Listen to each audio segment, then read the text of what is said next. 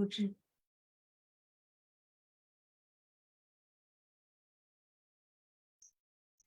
Jagrudev，大家好非常欢迎大家再次来到我们周四晚上的欧丽娜现场。那今天我们非常的荣幸邀请到了一位传说中的人物，就是我们的 Rishi Aaradhakananda。那大家对他肯定是不陌生的，在任何一个 Bhakti Marga 的官方的音乐当中，你都可以看到他的身影。在大型的活动当中，他总是陪伴在 Guruji 的身边。那他呢，也就是我们Bhakti Marga 国际负责音乐相关领域的这种国际联络员，他也是我们 Bhakti Marga 的首席音乐家。那当然，他身上有很多的故事。那我们今天敬请大家拭目以待，听听他的分享。Jai Gurudev, Rishi Aaradhakananda. Jai Gurudev, Ramdasi. How are you doing? Okay. Good. Especially here, we have the honor to have you as our guest. So you can see right now we already have like around more than 90 of Chinese Sangha members online. So more in the Facebook live stream.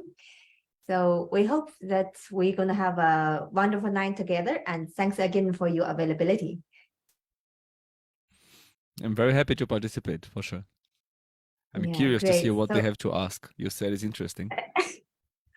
Yes, we do have a very long question list. So let's get started. First of all, we always want to know, like, how do you get to know Bhakti Marga, or how do you get to know Guruji at the first place? Okay, the story starts a bit before I met Guruji. Okay, there's a full version of the story which takes like some minutes. I'm gonna take the time to tell it in detail. Is okay? Yes, we want all the details. And do I have to wait for a translation, or the translation is happening parallel? Parallel. Okay, nice, very nice. Very professional, I'm impressed. So I've been practicing Kriya already since 2006. And I met Guruji in 2011. So I practiced Kriya in Brazil before I came to Germany. And what happened is that I made this process, like for long time, I was dreaming of doing this process that you also ask about later on, about not having to eat. Yes. And there was a long story that will lead to this process as well. But basically, at a certain point, after thinking about this a lot in my life, I decided to ask God and say, God, if I have to do this process, please give me a sign. And the sign has to be I got to meet someone who does it. And then God basically answered my prayer. And I realized I had to do this process. And when I did this process, I had a dream of Yogananda, Paramahamsa Yogananda. I used to follow Paramahamsa Yogananda before I met Guruji. And so you are practicing his Atma Kriya Yoga. Oh, yeah, his Kriya Yoga. Yes. Mm-hmm. And then I had my only dream of Yogananda when I was in this process of fasting. So in this dream, Yogananda came to me and gave me a hug, and it was a very beautiful dream. And I understood that whatever I was doing was being blessed by him, because I had a little bit of a doubt. And then in the end of this process, now it's when it really starts, my connection to Guruji in this life. When I'm leaving this farm, this place where we were doing this retreat, I was driving to the bus station in the countryside of Brazil. I used to live already in Germany by then. That was 2010. But I went to Brazil only for doing this process and this retreat. And when somebody was driving me to the bus station, this person was telling me stories from Yogananda, stories that are not very famous, that are not in the main books. And in one of those stories, he said that Yogananda predicted that he would come back to the earth. And he was in this American ashram, Yogananda, back then in the 50s. And then he said, I will come back here, clap and sing, and nobody will recognize me. So when I heard that story, it was like a knife in my heart. And then I was living this miracle. I was not eating for 21 days. I was feeling very good. So I closed my eyes and I prayed, Guruji, if you are here on planet Earth, please let me be with you. And you might see this as a connection or a coincidence, whatever you see. Exactly 6 months after this prayer, I met Paramahamsa Vishwananda. And then practically, how I met Guruji first time, I used to be married, and I gave my ex-wife for birthday a ticket for a Bhakti fest in Germany, not organized by Bhakti Marga, a separate festival. And then we went to this yoga Bhakti fest. There's Kirtan, Hatha Yoga, different classes. And there was a class on Indian music and philosophy in this festival. And the teacher was Brahmachari Chaturananda, who nowadays is Swami Kanjalochana. So there was Bhakti Marga people in this festival giving classes. Swami Kuru was also walking around there, I remember. So I went to the class, and the class was nice. And afterwards, he talked about Guruji, he talked about Mahavatar Babaji, and that really touched me. But in my mind, in my heart, even though I made that prayer months before, I was not looking for another guru. So when he talked about another guru, I was like, I don't need. I'm very happy with my Yogananda. But then he talked about Babaji, and I felt a deeper connection. I said, we have the same Param Guru. I should go and talk to this very nice monk, because the monk himself, Kanjalochana, he looks so nice. Such a nice person. So I went to talk to him, and he became instantaneously like one of my best friends.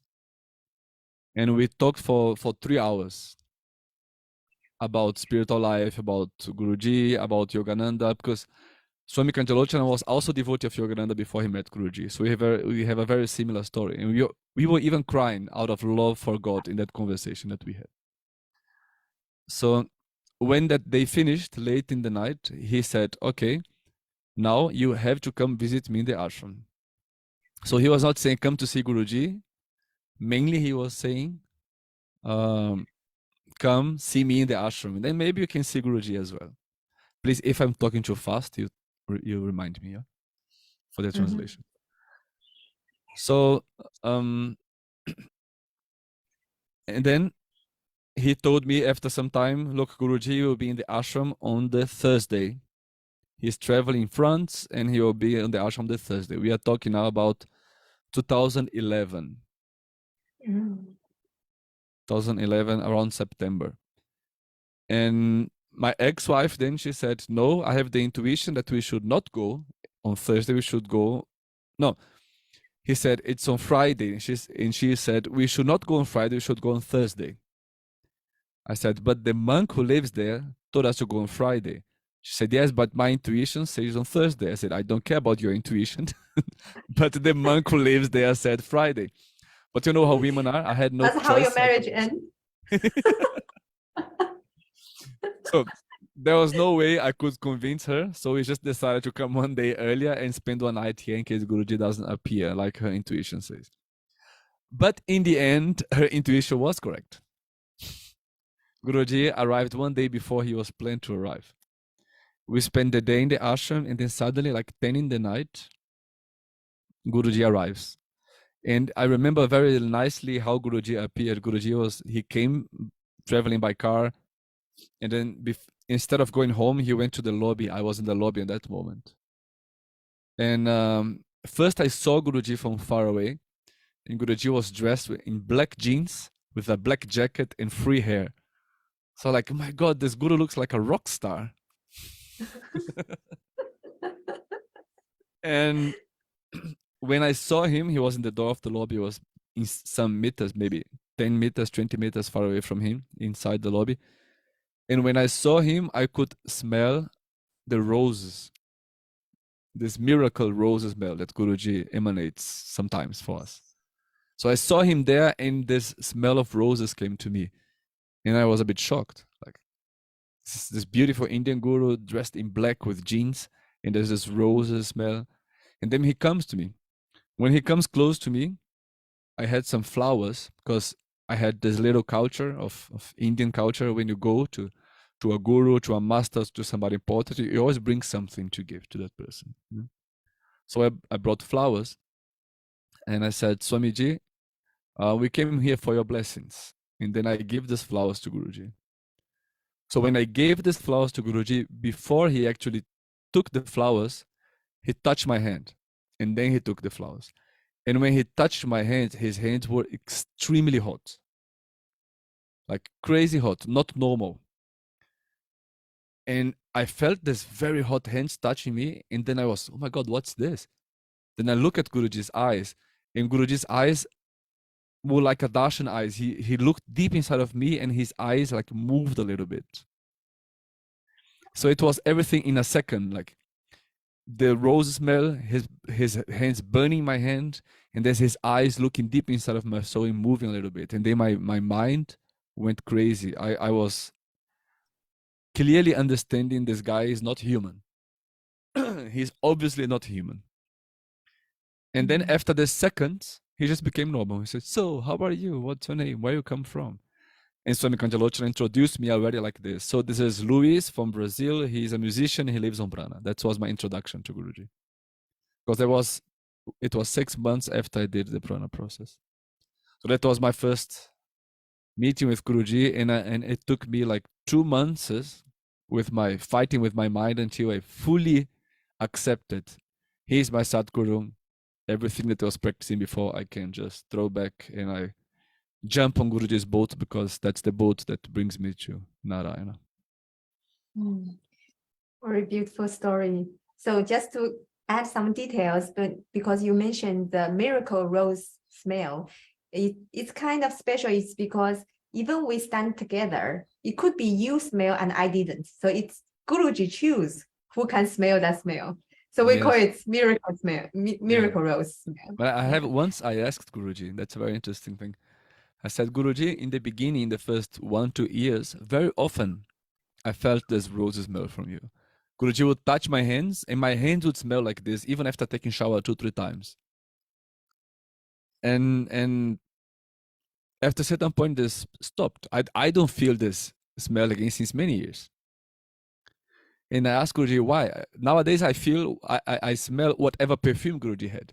Before, I didn't even know Guruji used perfumes, because he has always the smell for me in the beginning. So I asked him why I don't feel it anymore, why I don't smell it anymore. It's because you only give these experiences to new people, I asked Guruji. He said, no, it's because you got used to it. So we are always in it, in that state, but we don't even realize, kind of. Okay, like we take it for granted. Yes. Okay. So you were a musician before you met Guruji? Yeah, my whole life. I never did anything else. So your academic background is also musician? Also, yes, yeah. Okay, so what was your style before? I started, like my parents, they are all classical musicians, like orchestra musicians in Brazil. So my mom plays the bassoon, no, fagot. Yes. And my father plays the double bass, the contrabass. And I had some little resistance. I was always more connected to the popular music than to classical music. And so my choice in Brazil was actually to study composition. So I was studying classical composition for 3.5 years, like modern, contemporary, and classical composition, and also on the side learning from very good guitar players like jazz guitar and popular guitar. And then my guitar teacher in Brazil sent a recommendation to Germany, so I came to Germany in 2007 and I made the exams. And I passed in 3 universities to study jazz guitar. Then I chose one university. Then I started a new course. So I didn't finish the composition. And I started again from scratch jazz guitar. So that was my main thing. I was always playing jazz and Brazilian jazz. And that was basically my career until I met Guruji. Yeah. Okay. So and I was teaching a lot also. Teaching guitar. Okay.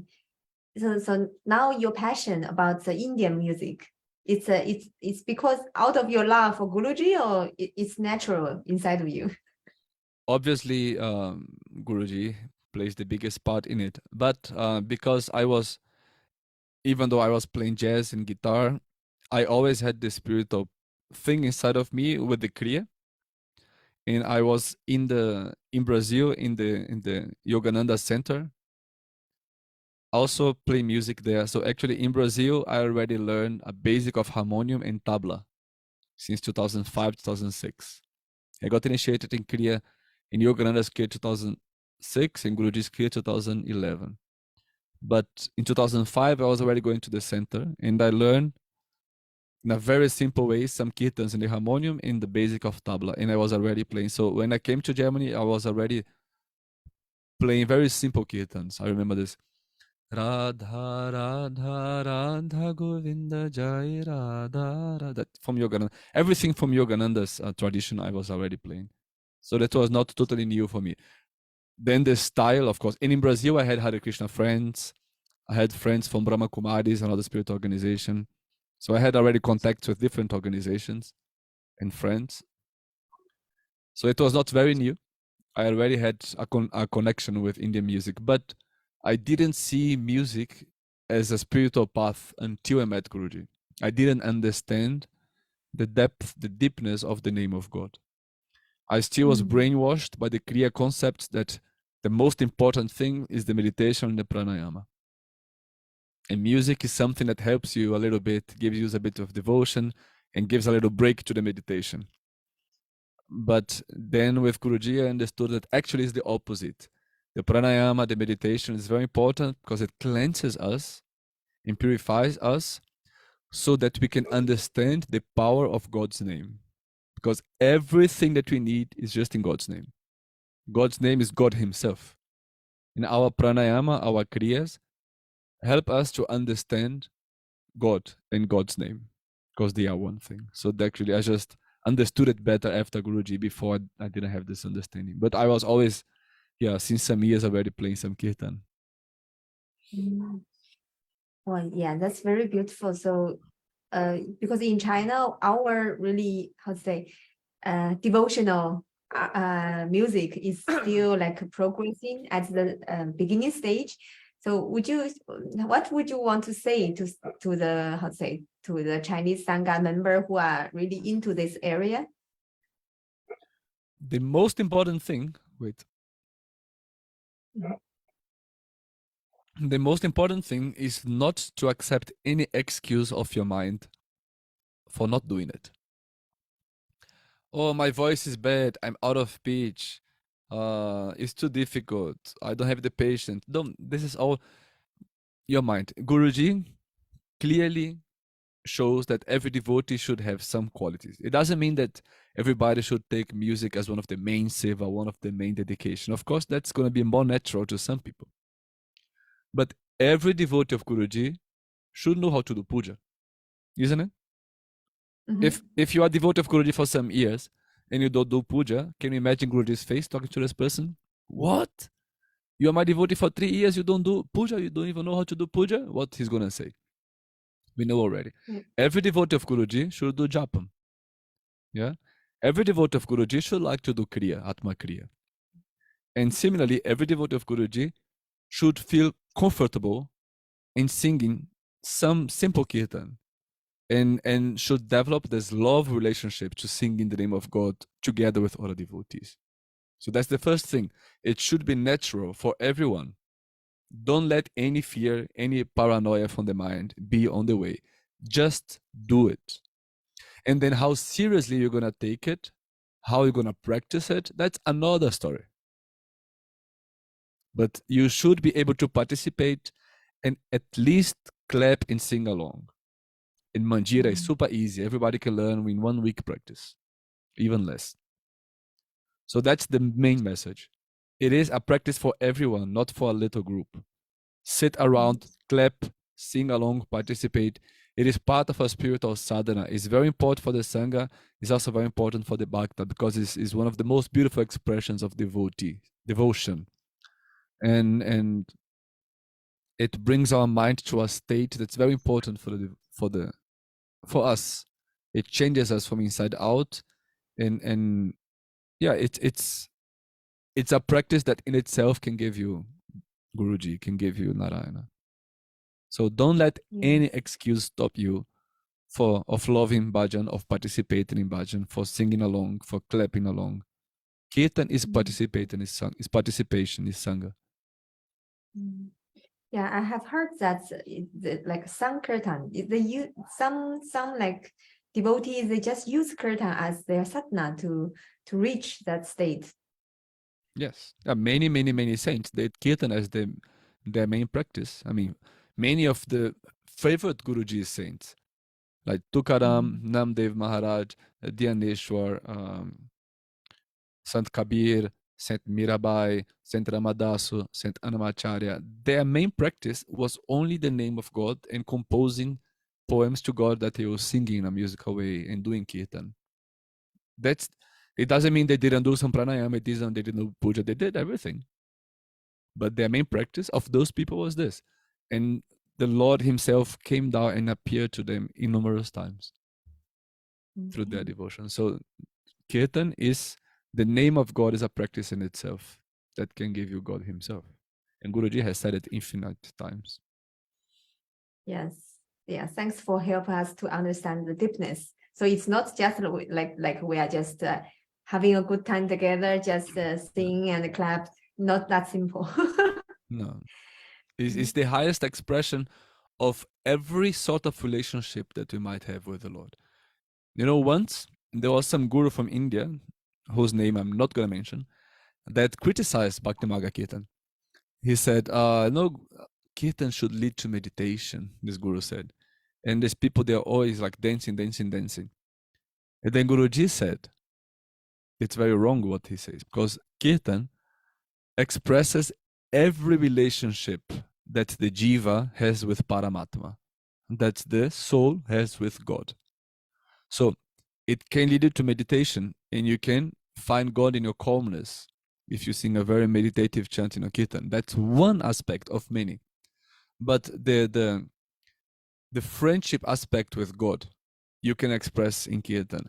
The loving relationship, the beloved relationship with God, like Radha and Krishna, you can expect. Even if you are sad with God, there's so many bhajans that reflect it. Even if you are angry with God a little bit, so many bhajans reflect that relationship, that moment. So in Kirtan, you express every possible relationship in every mood of yours in service to God. And the practice of singing the name of God also purifies the whole place, like for example, when you do Trinity meditation, you spread that energy to the whole surrounding.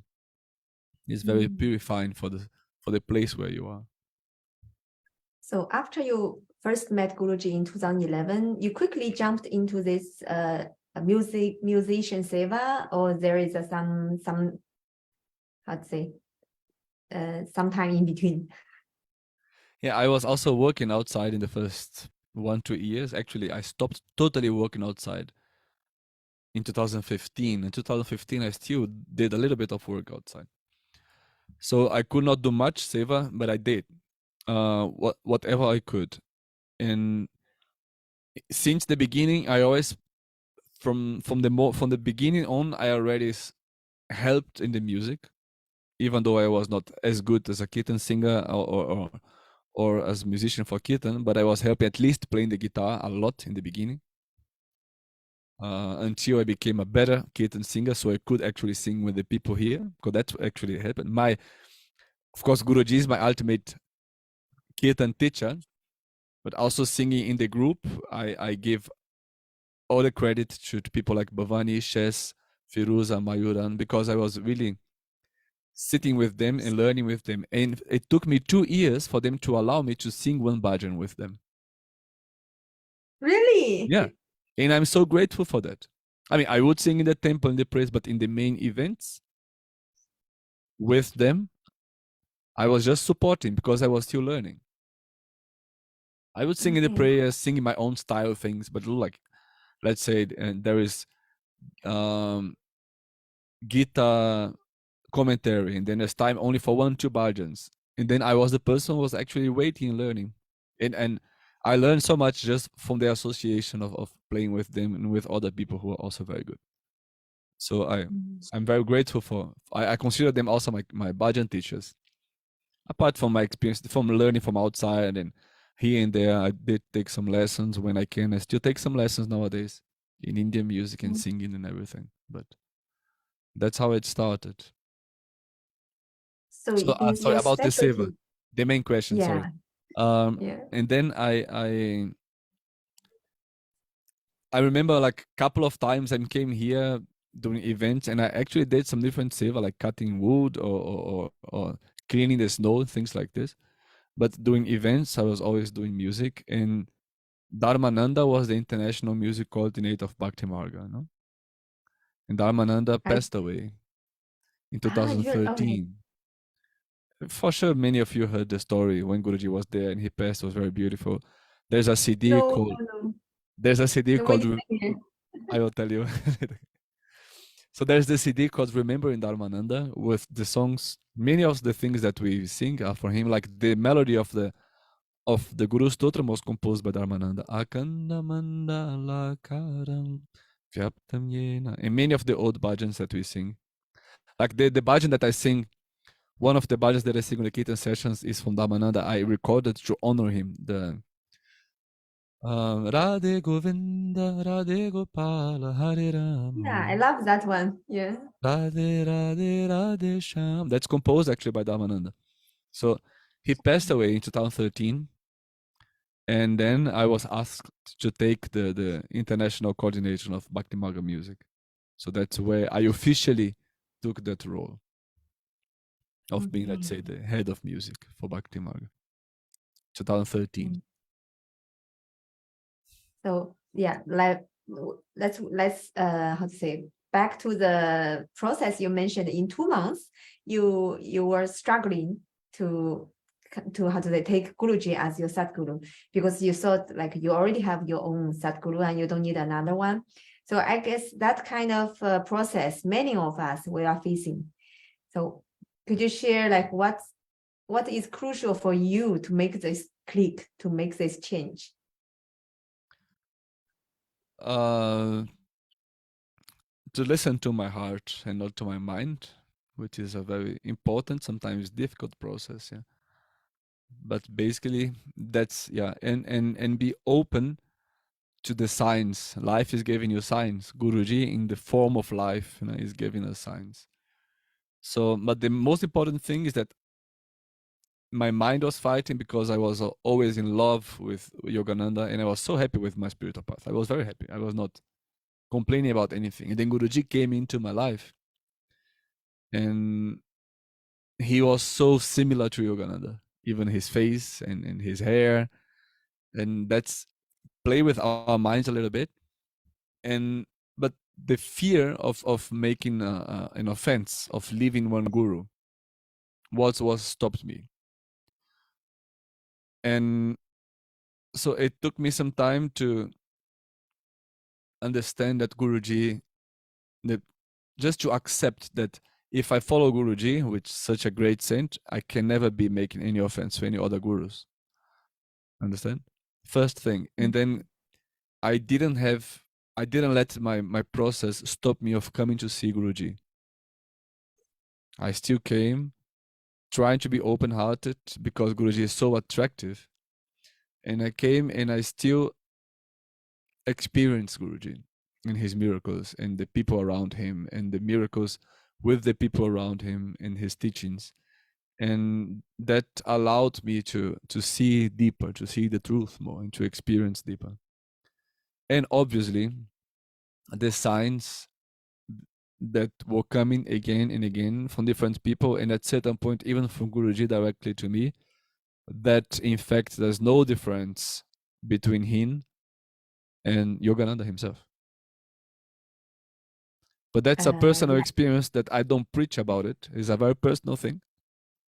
But all those things together brought me to a moment where I understood, okay, from now on, I put all my coin, like all my, when you are, when you are playing poker, you put all the cards on the table for him. Like I gamble my life to you. I'm not gonna keep one foot behind. I'm not gonna have any reservation. I'm just gonna accept it because I understood already there that if you stay, if you don't make a choice, you waste time in your life.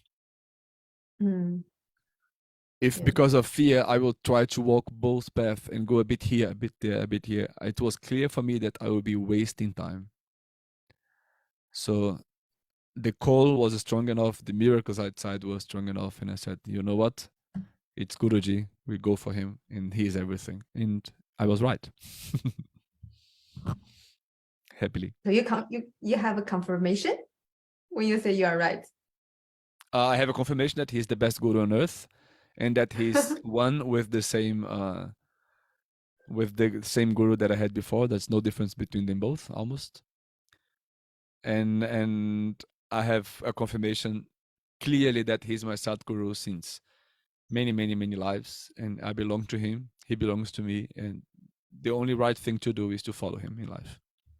And when as I told you guys, I was married before and many things happened, and when I got the chance to become a monk and dedicate my life only to him, I embraced this chance, because if we have somebody like Guruji in life, that's my personal understanding, that I think many people will have the same feeling.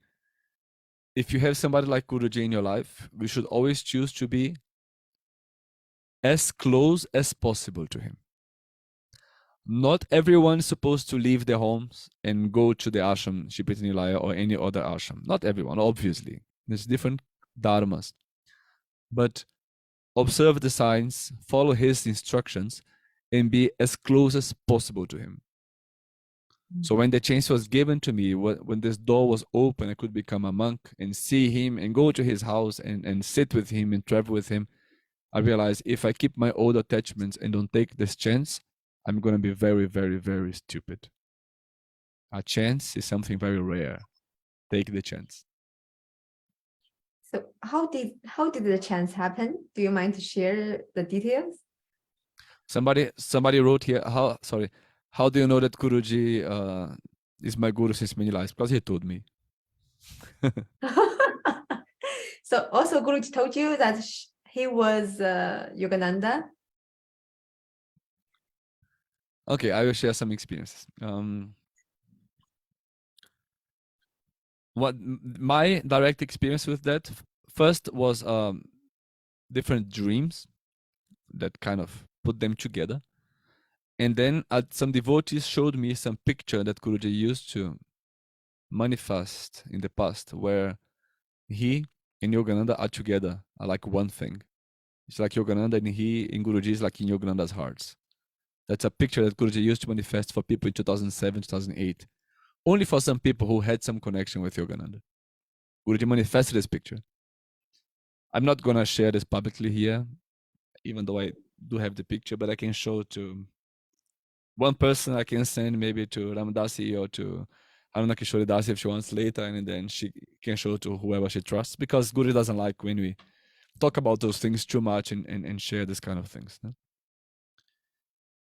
So this, and I heard back then already a story from a devotee. It's a very beautiful story from Portugal. He told me a story like this. He went to the first darshan. He was also a Yogananda devotee, and he went to his first darshan in Portugal. And Guruji told him in the darshan, "Come to me after the darshan and I will give you Yogananda's hair." In Guruji's darshan. And the guy said, "How do you know that I follow Yogananda?" And Guruji just didn't answer. And then, okay, the darshan finished.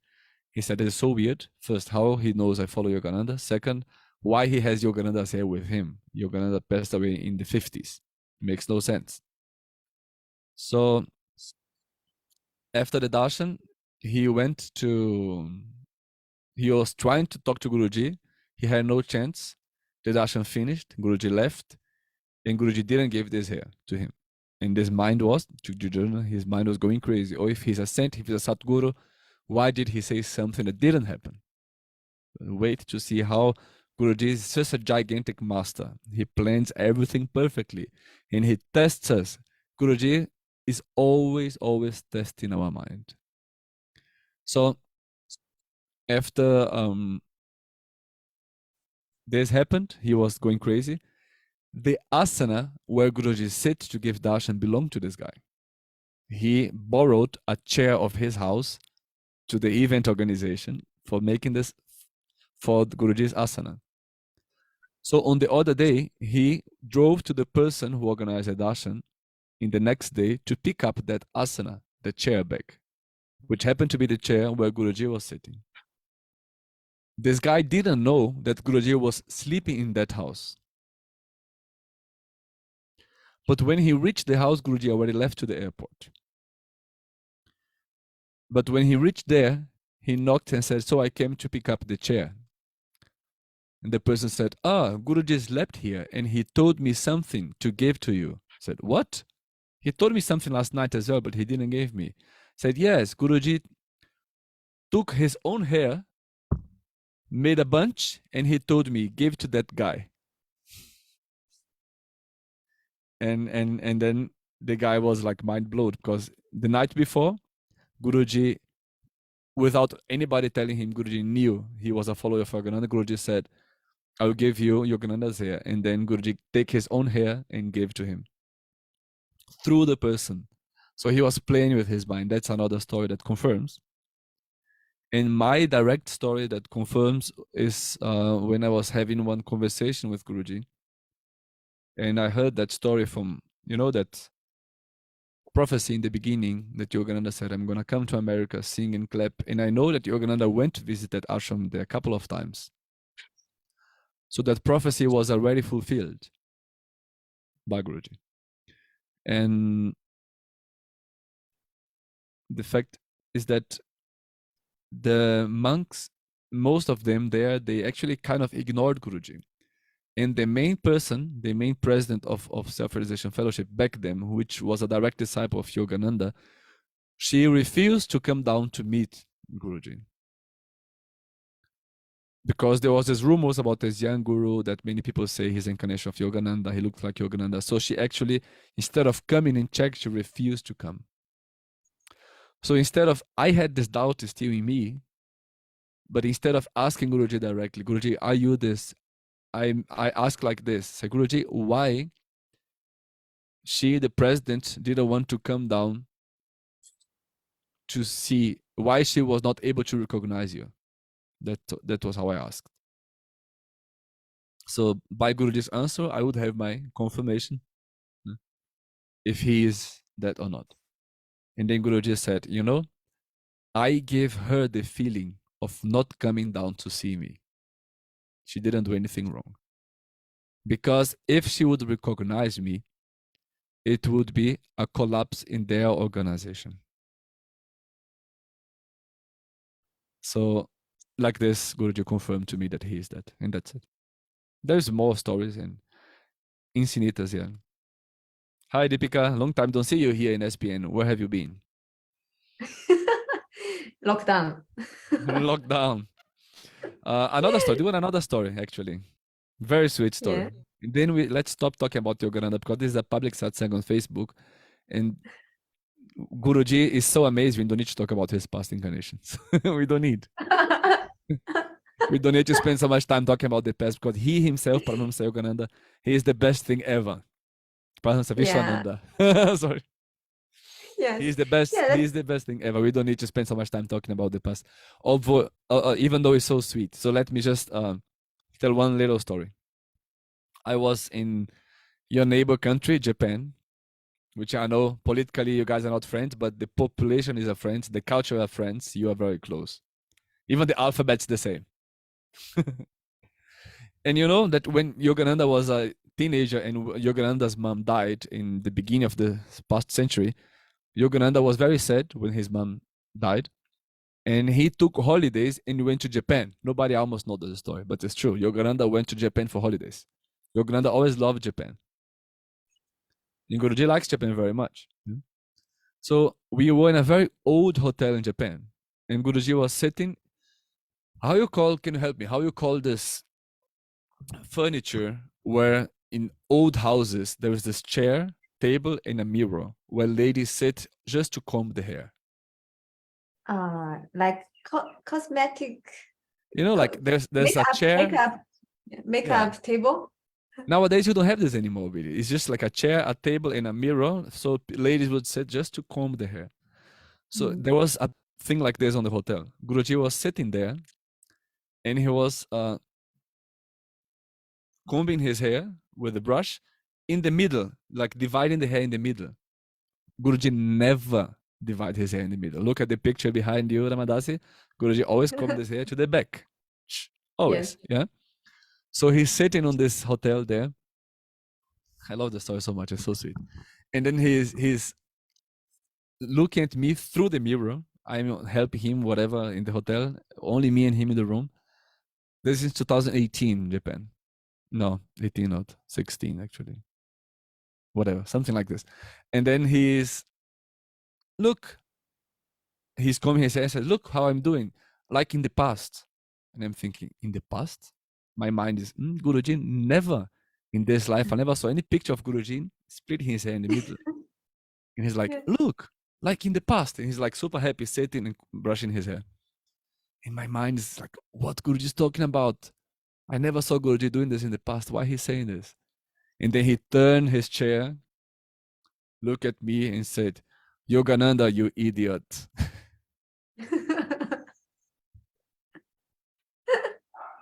So. Wow. Yes, I remember. Although I have no experience of Yogananda, but I saw the picture. His hair is like that. Yeah, he's always split the hair like this, and Guruji always like this.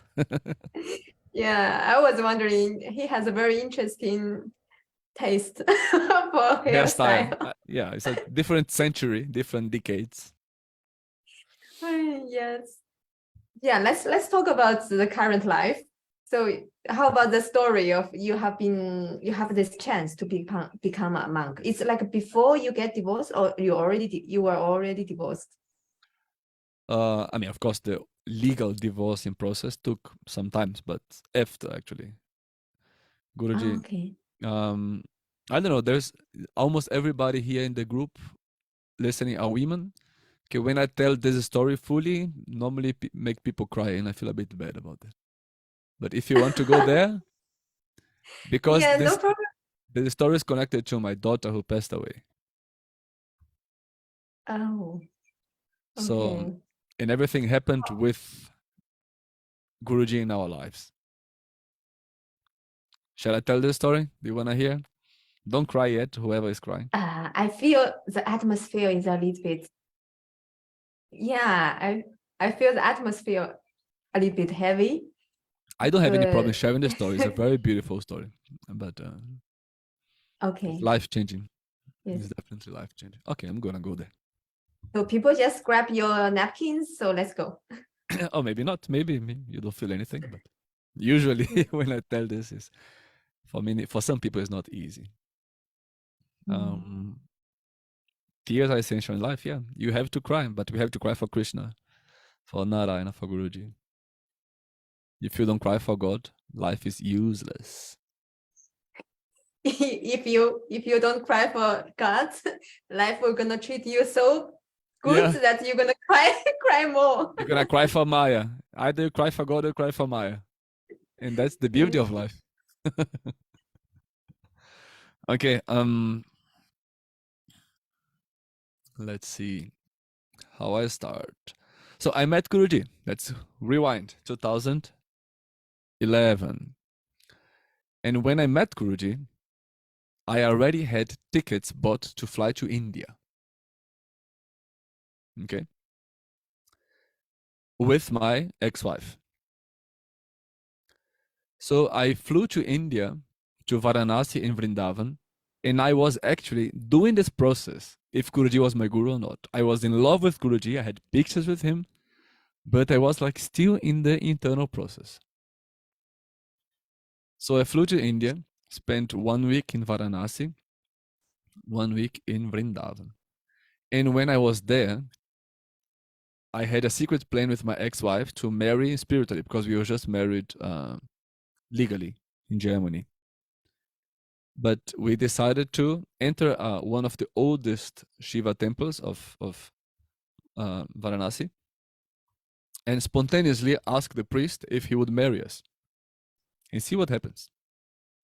So the priest said yes, didn't even ask for any donation. In the end, we of course gave a good donation, but he didn't even ask, what was crazy, because the pundits in India, they're always asking for money. So we went there, and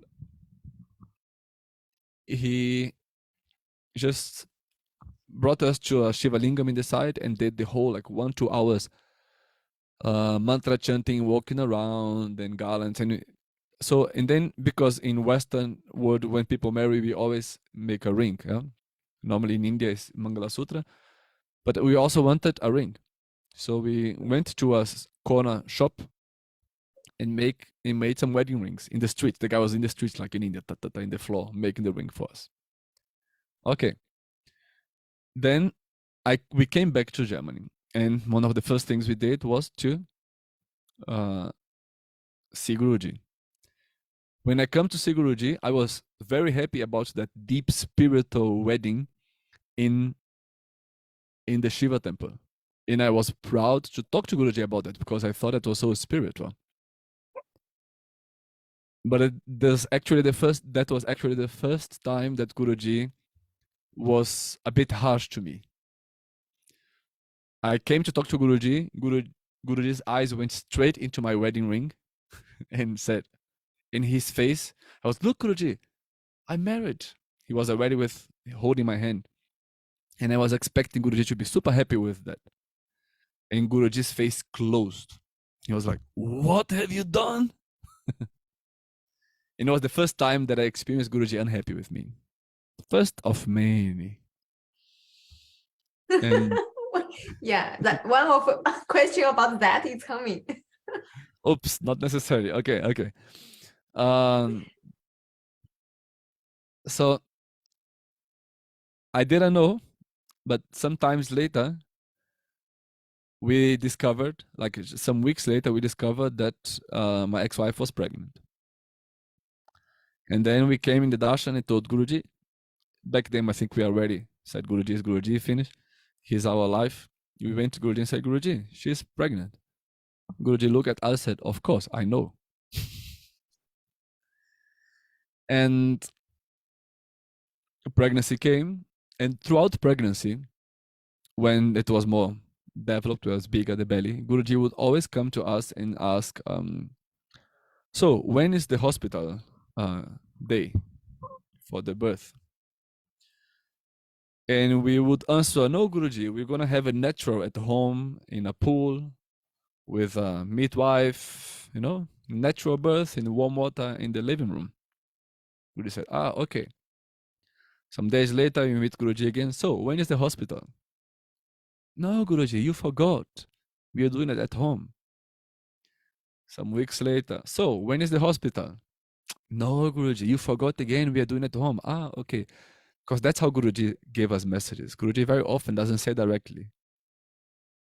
But if I had more experience with Guruji now, I understand. If he asks 2 times, he's actually saying something. He's not asking. If you're not really ready to listen to Guruji, he says in these ways, asking. So the day came of the birth, of the delivery, and we are trying at home 24 hours. My ex-wife is trying to have the baby, but the baby doesn't come out. Until we decide, look, that's not possible. It's too hard. Give up our plan of the beautiful home birth. We drive to the hospital. And then we drive to the hospital. She receives an injection, and then it relaxes, and the birth happens fine. But that was already when I realized how stupid I was. So many times Guruji asked, when you go to the hospital, and we are thinking that we know better, thinking that Guruji forgot. Guruji never forgets anything. He forgets what he wants because he's playing with us. But he actually gave me a clear enough message. We could have avoided a lot of suffering for the mother. So we went to the hospital. The baby came, everything all right. Guruji gave the name, Sharda. And Guruji said, like he gave the name via SMS, no? Like the midwife in the hospital was like, so what's the name? He said, wait, I'm waiting for a text message. What's the name of the baby? Wait, I'm waiting for a text message. And then Guruji gave the name. And then Guruji said, she came with the blessing of Saraswati Devi, is very auspicious soul. And that's it. So we go home, we are having a normal life. On the 6th day, she's breathing suddenly. She's not so strong. She's breathing with difficulty, the little baby. And she's a bit bluish in the fingers and in the mouth. So we panic. We drive to one home doctor. The home doctor says, Guruji was traveling somewhere in the world. The home doctor said, this is too serious. Don't even come to me. Go straight to a hospital. We drive to one hospital. The hospital thinks it's some lungs infection and give wrong medicaments to her, like antibiotic and stuff, what she actually didn't need. And then from that hospital, she moves again to another hospital. And then they discover what was going on. So she was born with a condition called hypoplastic left heart syndrome. If there's any doctor here, for sure there's some doctor somewhere in this 143 people. It means that the left heart, it's too small. And the right side of the heart is doing the whole job. So it was, the first miracle there was that she lived actually 6 days without having any issue. And then it came to a point where some connections in the heart start to change in the first days of life, because when the baby's in the belly, there's a different flow, lungs and heart, to connect with the mom. And then after the baby comes out, it takes some days for this to change, but it couldn't change because the left heart is too small, doesn't have this connection. So when they discover that, they tell us this is a life-changing thing. She will only survive if she survives 3 operations. So they send her to another hospital later that day. We are breaking in tears, dying, so sad. And she's waiting for a emergency operation. And at certain point, some days later, 2 days later, she somehow is kept alive. And then they flew her with a helicopter to another hospital that specialized in that heart surgery on children. What happened? When everything happened, I was writing Guruji and calling Guruji. And I remember one day, on that day, when we were moving to the last hospital before the surgery, I managed to talk to Guruji, and Guruji said, no, don't worry, she's fine now, she's better now. And I'm thinking, how will you say this, Guruji? We just discovered she doesn't have half of her heart, and she needs 3 surgeries. And you are so soft in the phone saying that it's fine, everything is okay. And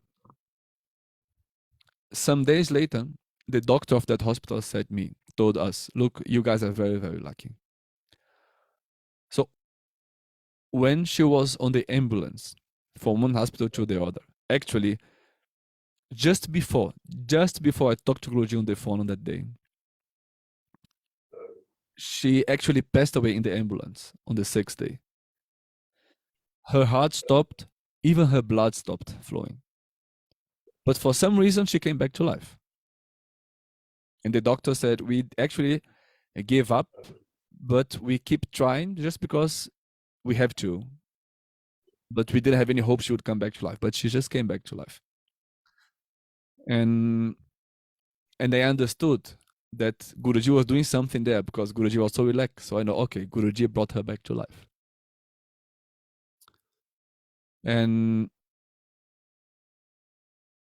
there's some information I cannot forget, but I bet I say in the end. So, and then she went to the surgery. She made the first surgery.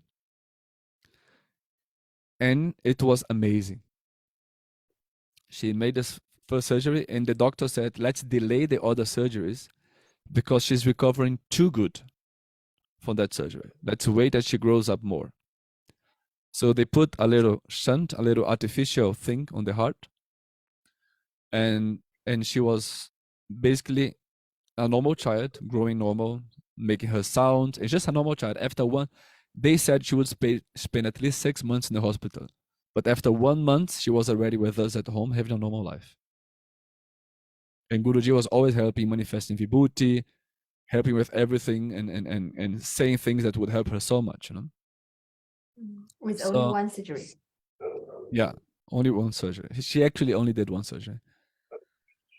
Meanwhile, Guruji has told us, like, she's a very advanced soul, so you don't need to worry about her, and everything is gonna be all right.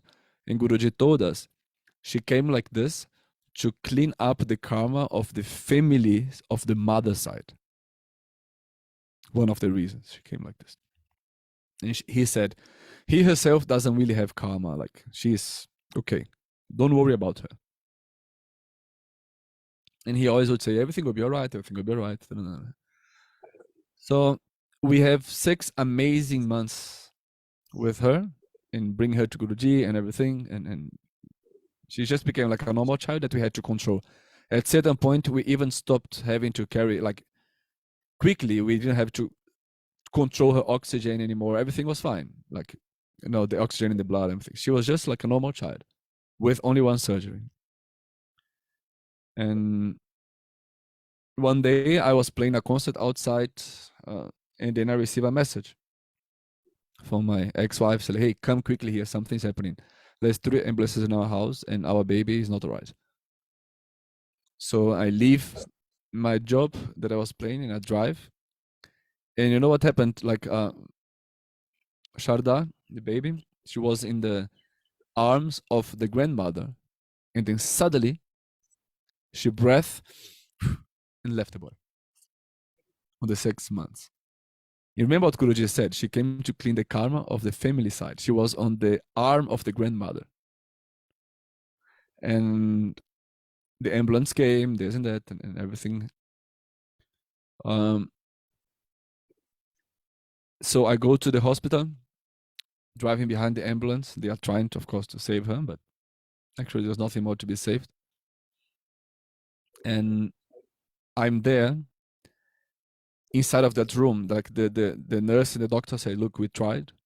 There's nothing we can do anymore. Now it's important that you guys go and spend some time in private with her body, actually. It's important for the parents to say goodbye alone in the room. So we literally take her in our laps. The body is not alive anymore. We call Guruji, crying, Guruji, you are the only one who can do something now.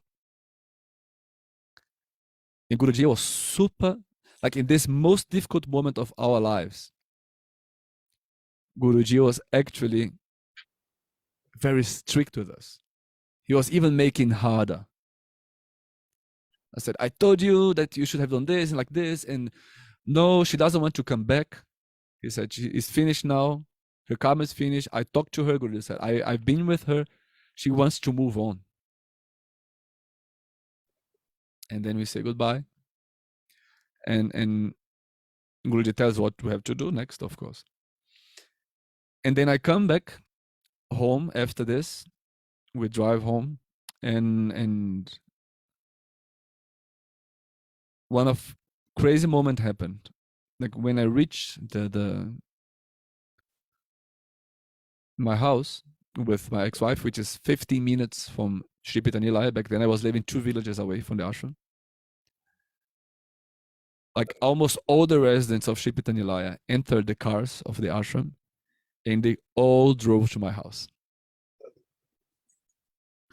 And of course, the neighborhood where I used to live, they already knew the news, and they know we were like mourning. And that's how you see that devotees are crazy and amazing. So we put the curtains down, we close everything in the house, and we did 2 hours of amazing kirtan, singing and crying, everybody. And the feeling of having such an amazing spiritual family was one of the most intense, amazing feelings I have in my life. When all these residents of the ashram came to my home, embraced me, and sang together the name of God, the name of Krishna, the name of Guruji, together, I had a feeling of bliss that I never experienced before, of being part of such a deep spiritual family, of being so close to God. And this, I was beating myself and not accepting. Said, I am so sad. I'm living the most difficult moment of my life. And now, at the same time, I'm feeling blissful. I'm feeling an inner joy that I never felt before in my life as well. Both together, one day after my daughter passed away. And I could not even accept my feelings. But it was there. And it was such a transformative experience, how important it is to have a sangha, to have a spiritual family. Like a normal people outside, a normal family, they will just cry with you and help you be depressed. But real devotees, they come to you and make you sing the name of God. And through singing the name of God, every feeling is washed away. So after this crazy experience, one devotee came to me and said, I have to tell you a story. I said, okay, tell me. So do you remember that day when you called Guruji saying that your daughter has discovered a heart problem and she was driving the ambulances, this and that? I said, yes, I remember. They said, that day, just before you called Guruji was alone in a room. Guruji was traveling. And Guruji started to breathe very heavy. Guruji was breathing really heavy. And people were very worried about him. So they run inside of the room and they said, Guruji, what is happening to you? Why are you breathing so weird? Do you need water? Do you need something? And Guruji said, no, I don't need anything. You're not going to understand anyway. And then Guruji stays breathing with a lot of difficulty and with his hands on his chest. Guruji, what is happening to you? No, don't worry. You're not going to understand. The daughter of Tandav, my name used to be Tandav, and Madhavi, will be all right. I said, what? Yeah, she's sick, but I gave a piece of my heart to her. So imagine, she died in the ambulance. And Guruji said, I gave a piece of my heart to her, and she came back to life in the ambulance. Thousands of kilometers away. And then Guruji revealed to us, he said, Guruji said, in that 6th day when she passed away, she was ready to leave. What she came to do on planet Earth was already done. But because you guys prayed so much, the devotees around prayed so much, I brought her back so you can have 6 months of a life experience of love together with her. So Guruji basically gave her back to us as a gift for 6 months, and then she really had to leave. Okay? And a proof of Guruji's giving a piece of his heart to the baby is that when they discovered the condition, the hypoplastic left heart condition, they wrote hypoplastic left heart grave, like very serious. And when she passed away, the doctor has to analyze the heart again with the document. And they find the last doctor who makes the last analysis on her wrote hypoplastic left heart medium. And the condition cannot change because the heart is a muscle. The muscles don't grow back. Yeah. So muscles don't grow. So it couldn't have changed to serious to medium. This is just a proof of Guruji's miracle in the physical heart of Sharda, of my daughter. So she left her body, and then I went to life. We moved in that moment from the house we were living to Springen, which is 1 minute from the ashram, not any more than 15 minutes from the ashram. And when we moved there, there was only me, my ex-wife, and Guruji. And Guruji allowed me, from that moment on, Guruji started to allow me to be always with him. We are a piece of someone's heart. Yeah, nice. Somebody's writing here, so it's really nice. So Guruji was allowing me to be always with him and to come for every dinner and to see him and travel with him. And of course, for my ex-wife, that was very hard because she just lost a daughter and then the husband was also away. Yes. And she was psychologically not well. She was very sad. I mean, we are okay because we had all this experience with Guruji's hands. We are not that depressed. We are really fine, much finer than anyone else in the world would be, because we had Guruji guiding us and together with us through the whole process. But still, of course, for her as a mother, it was not easy. And Guruji told her, you should go and spend some time in Vrindavan, in the ashram in Vrindavan. And my ex-wife, she has this love to Vrindavan and to that relationship of Radha and Krishna. And she even lives in India now. She's a devotee of Guruji in South India. So she went to Vrindavan, and then when she was there, she decided to become brahmacharini. She said, we don't have family anymore, we don't have a daughter anymore. It makes no sense to start again. She decided by herself to become a brahmacharini. So she became brahmacharini in India. And then in that moment, Guruji didn't, 1 month later, Guruji came to me and he said, she's a monk, a nun, now you can also. So Guruji didn't never ask me if I wanted, because it was obvious that I wanted. We didn't even have to have this conversation, me and Guruji. He just literally told me, now you can. And then I got initiated and became a brahmachari. So basically, until I was 25, 26, 27, I had already everything that one can have in life. I had work, I have traveling, I had amazing family, I have daughter. I lived a complete life until my 26, 27. Then I became a brahmachari. So that's how I decided to put everything in Guruji's hands, and my life is now only Guruji's. Which year was that you were initiated as brahmachari? 2015. Is that the same year you took the responsibility as international music coordinator? No, that was before. That was 13. Okay. I was already coordinator as a grihasta. Wow. So sorry Thank you very much. Sorry for the story if it was too heavy for someone. Yeah, it's beautiful actually for us to understand that our attachment is not to our family of this life, because it's just karma, and Guruji can make it go faster and easier. Yeah. But if we say that we love Guruji, we want to serve Guruji, but in a hand we will abuse Guruji to serve our family relationship, that's totally wrong. But I think many people have this misconception. Yeah, what you are saying is very deep, and that's the truth. We should, everybody who is in our life is a gift from God that comes when God wants and leaves when God wants, and we have nothing to say about that.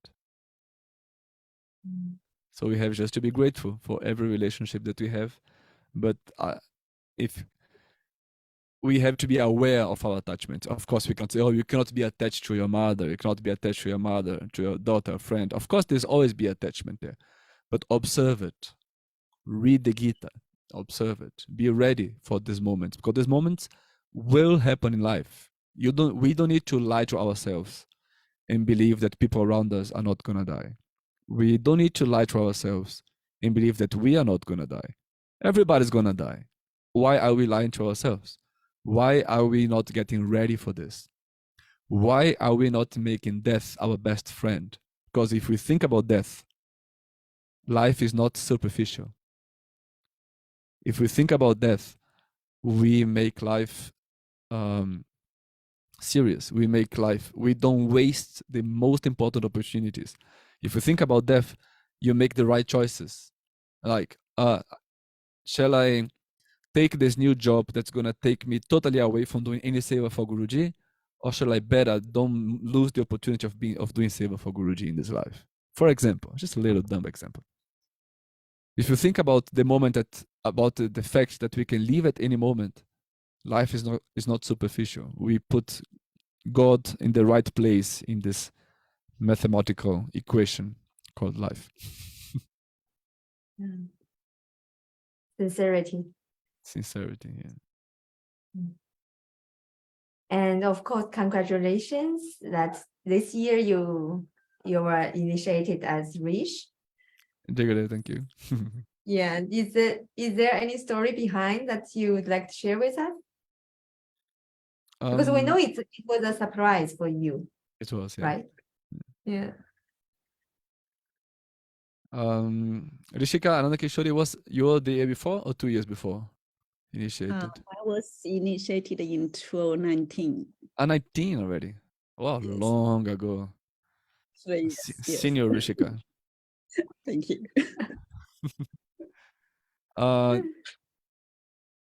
What can I say? So this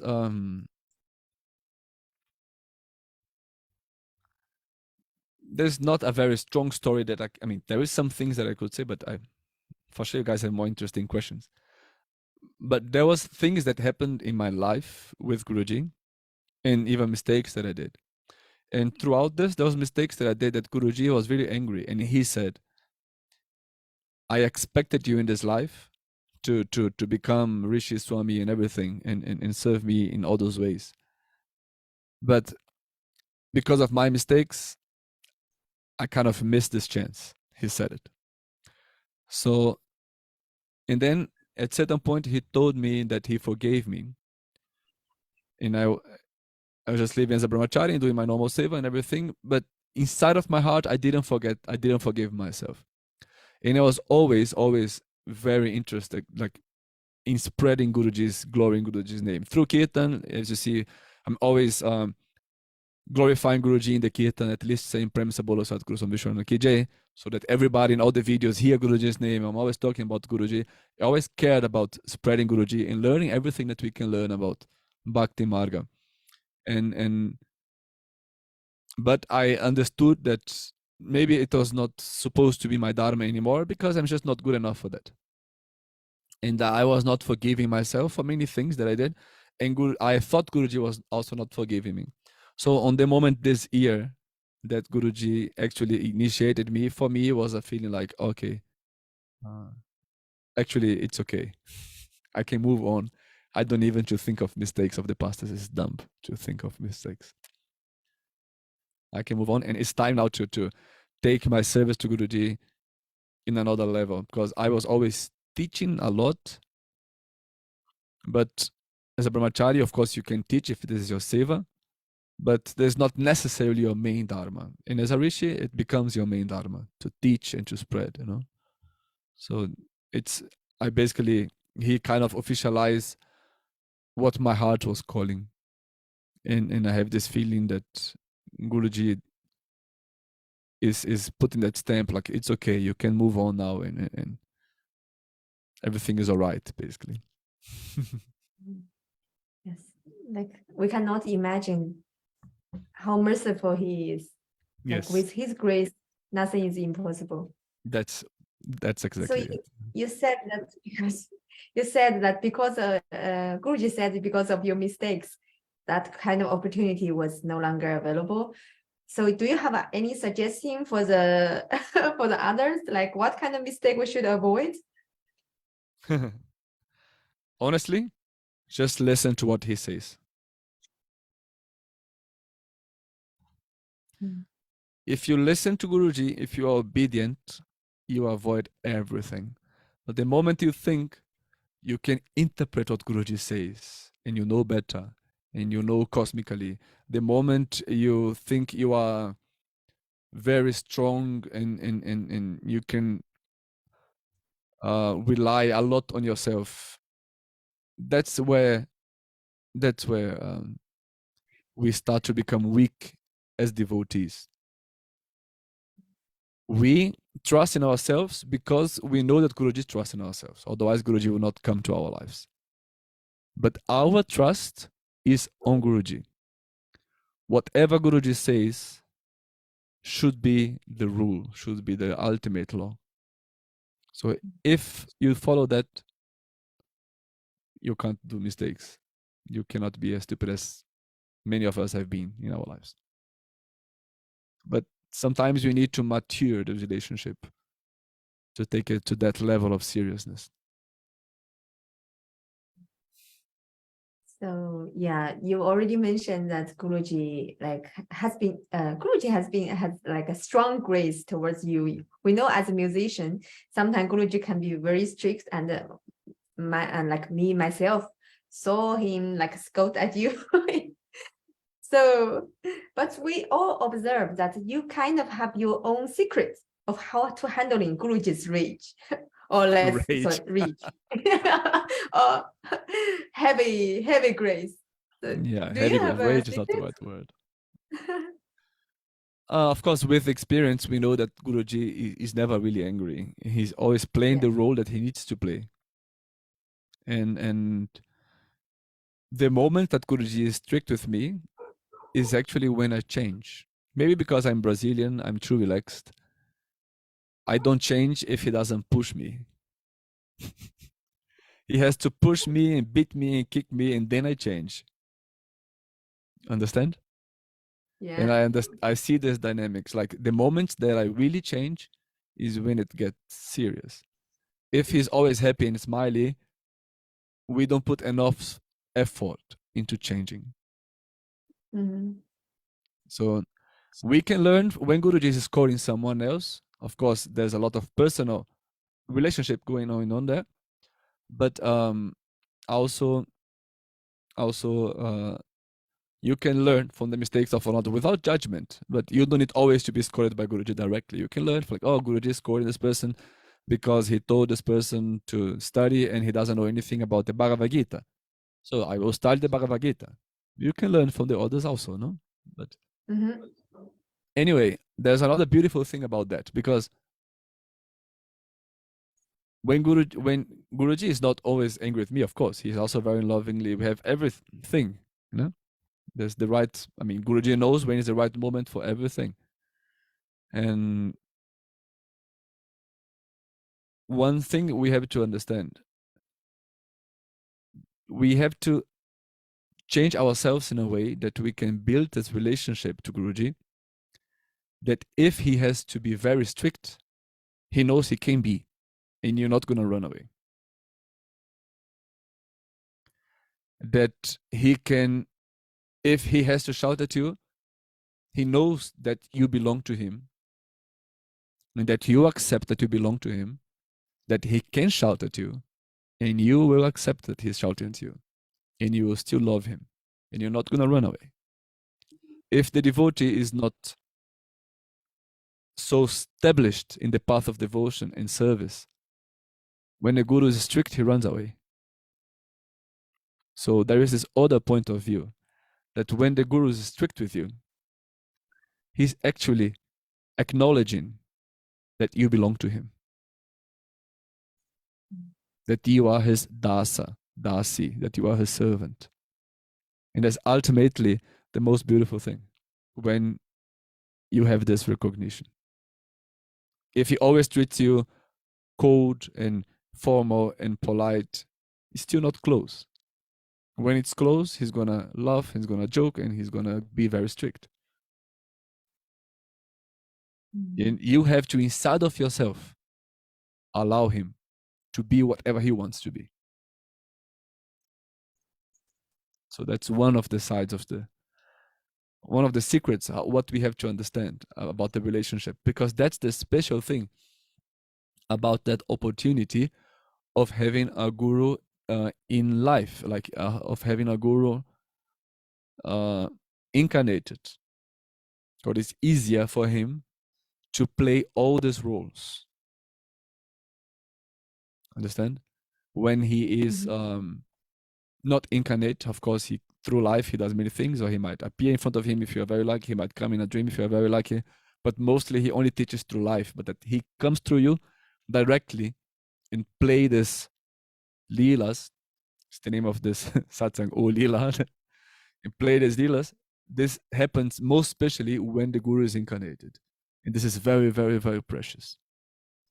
And as I said, when he is strict, it becomes more urgent for us to change. So there is always a blessing in disguise when Guruji scolds us.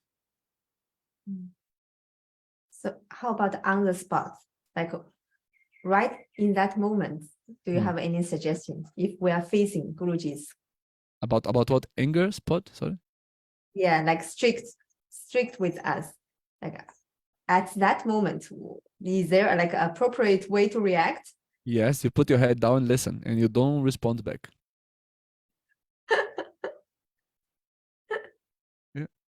It's just Okay. You're gonna feel this urge of defend yourself. What I made many times, it was never helpful. You're gonna feel this urge inside of you of trying to explain yourself, trying to make your image better. But he's testing you. As a Vaishnava, you gave up your ideas of honor, of being seen as great or not. This all doesn't matter. He's humbling you.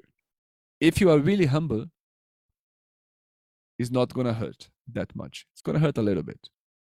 When Guruji scolds people and people are humble, it's quite easy to handle.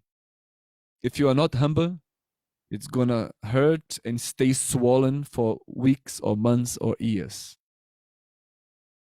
It's all come down to humility. You're just accepting it. And you know, when you take it in a good way, when you just put your head down and listen, and you don't take it personally, you understand Guruji is doing out of love. He also changed very quickly back to be sweet and loving. Sometimes you even think it's too fast that you cannot process. Sometimes Guruji scolds you and then you are fine. And then 2 minutes later, he's jumping and joking with you in your mind. It's like, how can he be happy now? I cannot understand it. Because Guruji is just playing a role. Guruji uses the moods for what he has to do for the devotee. Understand? Mm-hmm. This being strict or being sweet or being lovingly for Guruji they're all different tools. Sometimes you need this tool, sometimes you need the hammer, the screwdriver, sometimes you need the saw.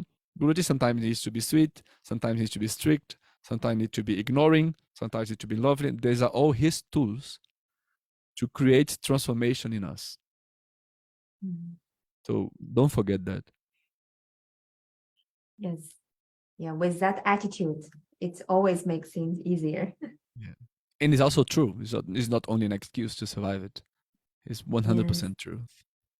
Okay. And so I saw in the chat area, like somebody is asking like your sister's story. Because I have a sister that passed away also. I have two sisters. One that came out now in the experience with the Master on the Bhakti Marga YouTube channel, and another one younger that passed away. She was born with some conditions as well. And yeah, how can I say? This story is very sweet because my mom was, of course, working very hard. To her, I remember, I will just tell this in short. When my mom came to see Guruji for the first time in 2012, the first thing that my mom did was, can you say if I am giving my best to my daughter? And in this moment, it started to rain very lightly, and through the sun, it was such a beautiful moment. The Guruji closed his eyes, and he was looking in the space. And then my mom started to cry, and then Guruji gave my mom a hug and said, "You are giving your best, don't worry." And you know, some spiritual people in Brazil told us, the family, that my sister was a very advanced soul that came like this only as one of her last incarnations, if not the last incarnation, because she wanted to learn to be dependent. So she wanted to learn to be dependent, so she chose a good family where she could be dependent. People would treat her nicely. Yeah? So she came to our family. And we always heard this story. So when I met Guruji, I also brought a picture of my sister to Guruji. And Guruji took the picture and he said, the first thing he said was, "Oh, she's a very advanced soul." That's the first thing he said. The same thing from before. And so she lived like 18 or 19 years. And she passed away kind of naturally, let's say, with all the conditions she had. And Guruji said, she was a great servant. Like, you guys think you were serving her all these years, but actually she was teaching you all seva, to serve without expectation. And when you all changed enough, I came into your lives. So she actually prepared us to meet Guruji. And Guruji said, when all of you became devotees officially, she could leave the planet Earth. And that's exactly how it worked. Like 1 year after or 2 years after, everybody was like a really active devotee in the family, father, mother, sister, nephew, niece, and me. When all the family was really devoted to Guruji, living to Guruji, for Guruji, and then she naturally passed away.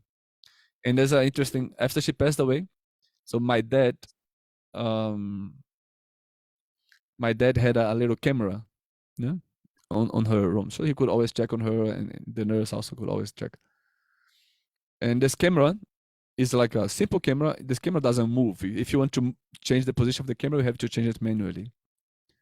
After my sister passed away, my dad would checking the footage and stuff, and he saw that one day after she passed away, the camera was moving in the room. It's scary. It's like a spooky story. And the camera would stop in the things that she used to like the toy that she used to like, on her bed. The camera would just move like this in the room. And then we're like, oh my God. And then the next day, because I traveled to Brazil when she passed, and the family was there together. That was 2018.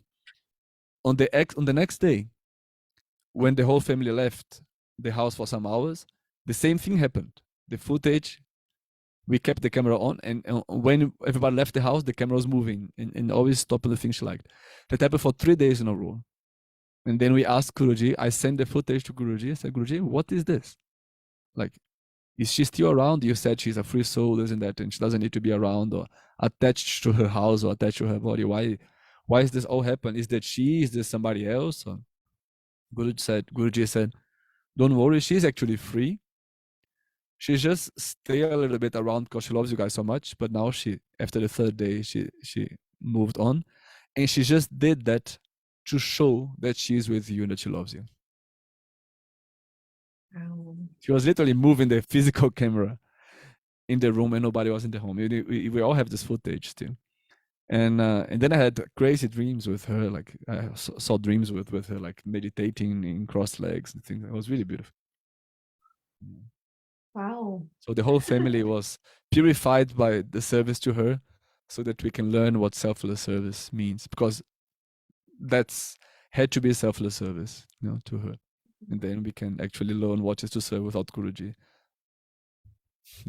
Because she Guruji. Yeah, because she was totally, how to say, she cannot speak, cannot manage it. Yeah, the only communication she had was to cry or smile or to move the right arm. Sometimes hold you or beat you or do something. Yeah. But her eyes were very, very communicative. You could see how she was doing everything just by the way she was looking. She was very expressive. Smiling, crying, looking, and with the right hand. But everything else we had to do for her. Since the day she was born, it was Since the day she was born. Wow. Yeah, that's a very beautiful way to think about, because normally if one family have one family member who has this kind of physical situation, the family will feel very depressed and will struggle. But you said actually she came to like really to teach you what is the real service, and really help you to become devoted to Guruji. 100%. And when her mission is done, well, that's very inspiring. Yeah. Life's the best teacher. Yes. And we need a guru to reveal that to us. Otherwise, we're going to think in our own limited idea. But with guru, we can see the grace behind. That's it. Yeah, he reveals that it actually him behind everything. all these games. So nothing changed, but our experience is totally different. That's it. So nothing changed, but everything changed. Yes. Wow.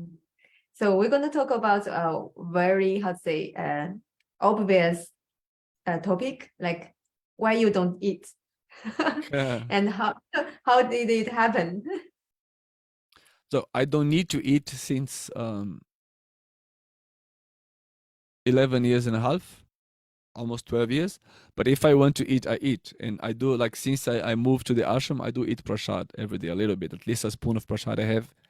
If Guruji is in the ashram, I'm going to jump to clean his plate. So I'm going to take a piece of bread and clean his plate. So I do eat a little bit nowadays, every day. But I never eat any meal. Let's say a meal, I never eat. Because I never feel hungry since I made this process. But that's just because as a Vaishnava, I'm not trying to convince anyone that I can do this, or I'm also not trying to convince anyone that this is good to do this. It just was my personal process and it was good for me and Guruji supports me. But after all those years, I'm also not so strict because I don't have nothing to prove anymore. So sometimes I like to have an ice cream. Sometimes somebody gives me a piece of chocolate. I do eat prasad. I just don't have meals and I can spend many, many, many days without having anything. I usually drink because Guruji told me to. I used to fast also dry regularly, but Guruji told me, no, just drink a lot is good for you. So I do drink a lot. Like a lot, I mean, I drink water, tea, that's it. Some juices.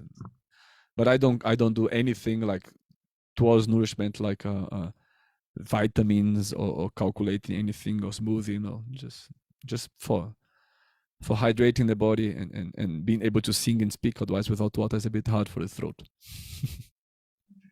But why I did that, you asked. I mean, actually, in China, there is this technique also.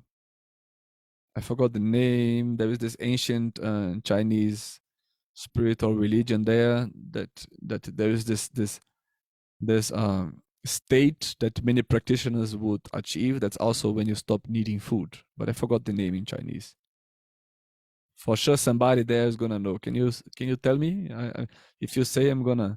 You mean the religion or the technical? It's a technique. It's a state. It's a technique. Let me find it. Like a 屁股?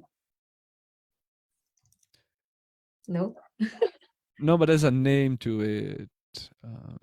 Like a Chinese name to the state of not eating in China, in the Chinese culture. And to describe the state of not eating. Yeah, like when you reach that state of not having to eat. It's like two small words. I don't know. I don't want to try because, okay, I'm gonna find it later. Breatharian is the English word, but there's a specific name, an ancient Indian name or a Chinese name. Not Shi Ki, but yeah, like the Ki, of course, is prana.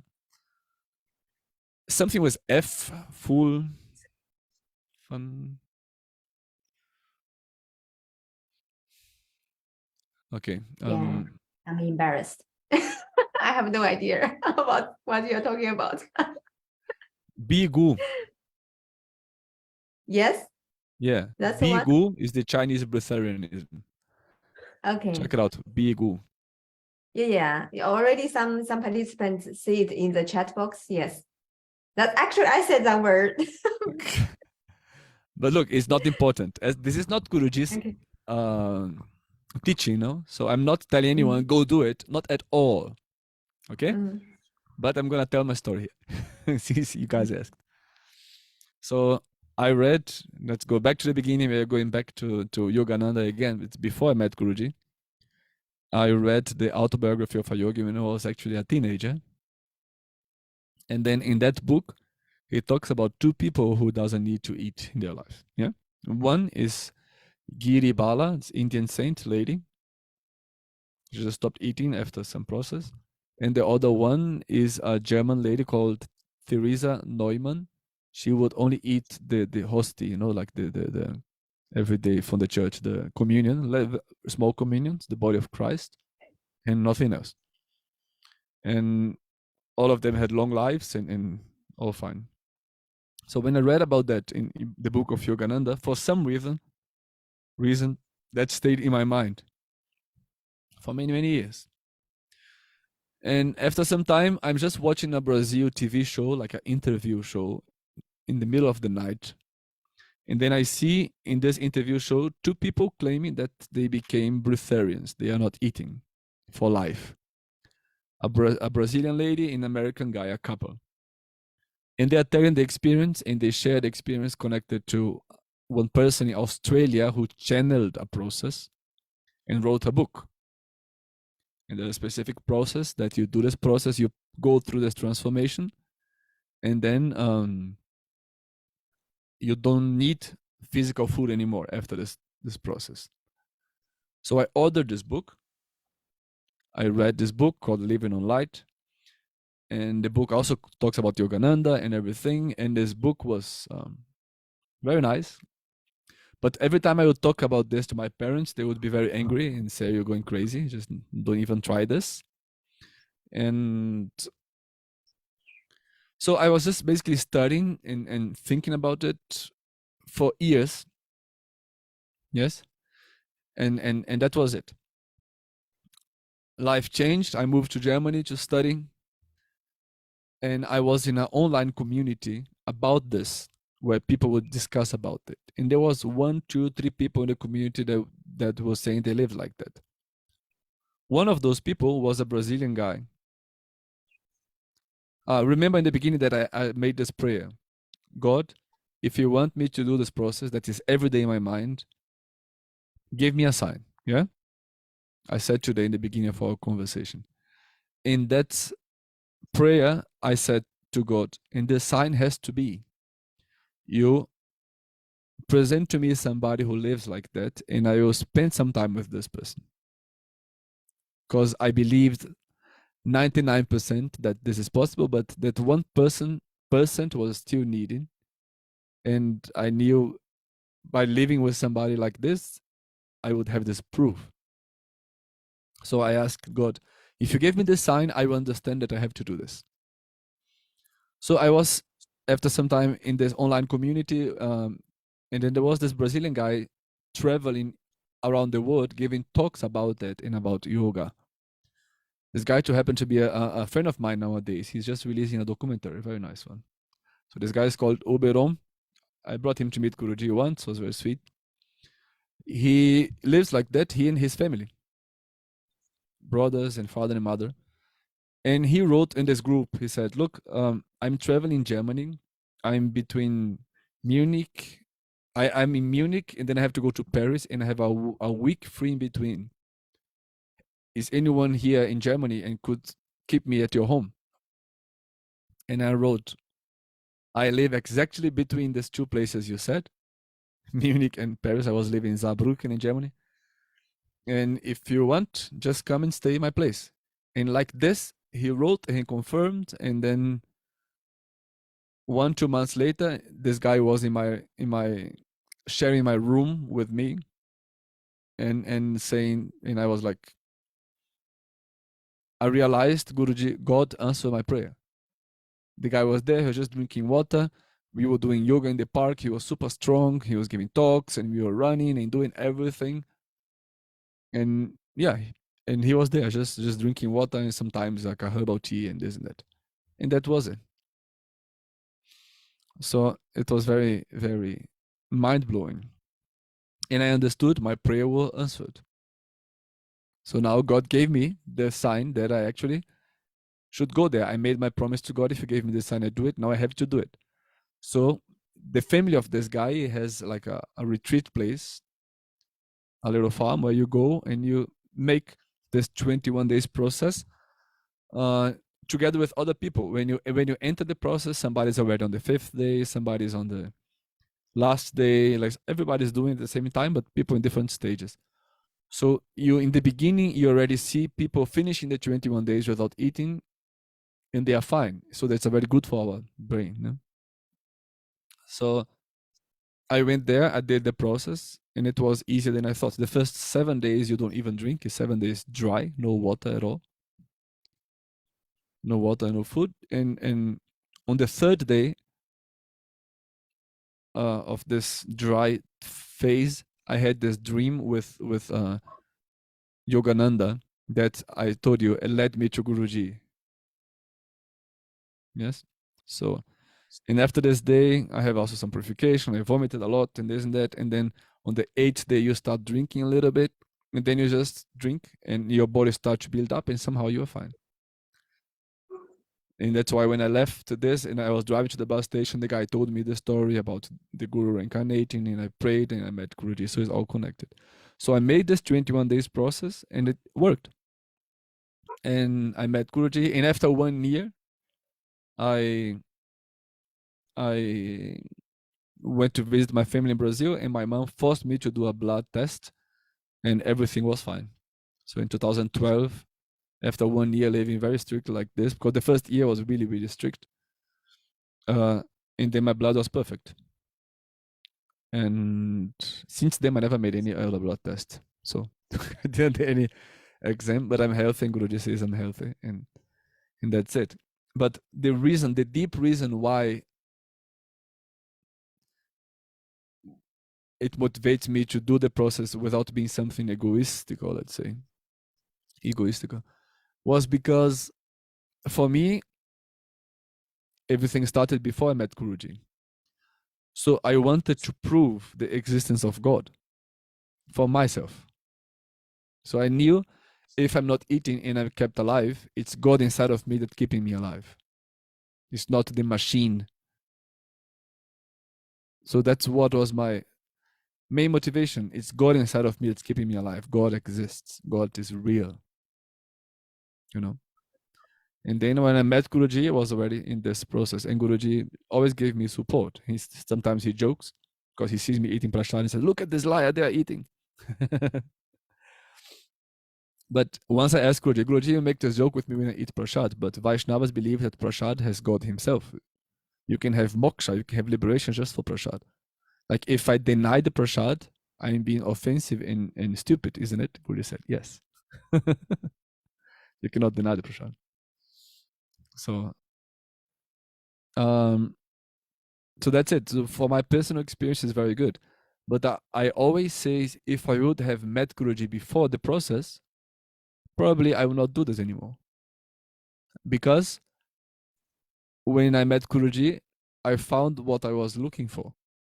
And when I did the process, inside of me, I was still somewhere in a search. Even though I had my Guru, Yogananda, this and that, but I still wanted to prove God for me. But when Guruji appears in front of you, manifests deities out of his heart, and know all your dreams, and know your thoughts, and he proves Guruji himself is the existence, a proof that God exists. So if I would have Guruji, I probably would not have done it. Probably. But since I did before, it is amazing for me. I'm very happy that I did it. And as long as I have Guruji's support, I keep doing it. And I don't have any plan to go back to normal eating at all. I'm very fine. So that's my story. So you mean that 21 days of retreat, everyone participates there, that their target is to not eating at all afterwards? Yes and no. Let's say many people do. Our estimation from the people who did it and from this family who helps others. Guruji manifested my Prabhuji from the heart. Rishi. So 90% of the people who do the process, they actually go back to eat afterwards. Mm-hmm. Some are not very interested in living like this. They just wanted to have this purification because it's a very healthy thing to do. And mm-hmm. others, they just cannot handle the pressure of family, social life, work, mm-hmm. Or the pressure of the senses. The people that I saw breaking, trying too hard, is the people that are too strict. Like, I'm not gonna even touch anything with a taste anymore. Only water or not even water. These people that are so too strict with themselves, normally they break. Because we have an ego, no? We have the tongue has the desire of having a taste, So if you understand that your mind are not a super mind, unless you have a super mind, then you have to handle your ego and little desires a little bit, just to keep everything in peace inside of yourself. Okay. So yes, it's nice to know, like your share of your story is kind of also a proof for most of us. Like it can happen, because we heard the story and we read the story, and but we always say, okay, it's a story. But now you are alive and you are communicating with us, and you have no problem to sing for several hours straight away. Yeah. So, and you look normal. Yeah, I'm not even that skinny as I was anymore. I don't know why. I'm just getting old. After 30s, I think our metabolism changes. We start to collect some extra space in the body. Even you don't take in anything, but you still Guruji said, when I put something inside of me, it's like 10 times for other people. Like if somebody gives me a piece of chocolate and I eat, it's like I'm eating 10 times that. Okay. So but I also, but I'm fine. I'm always like around, I'm 180 high. I always have like 73 kilo. It's a very healthy, like kind of skinny, healthy weight for the body, according to my height. That's great. And so, and I guess the last question is also about, because you are one of the very few people who were initiated into Atma Kriya level 3. Is that so few? Let's see how many there is. There is I think 40 people. It happened only once, right? According to my information. So it's like 2000 Babaji Day on 2020 or 19? Yeah, 2 years ago. 19, I think it's 2019. Yeah. So how does it feel? We are not asking about the techniques, of course, but how did it happen? Like, what's your response? I just never missed a day of Kriya in my life. I mean, I maybe missed 2-3 days of Kriya. I don't think I missed 7 days of Kriya since I started doing Yogananda's Kriya in 2006. Oh, in a way, you are very disciplined. Yeah, but why? Because Rishika wrote here the date of Kriya too, yeah.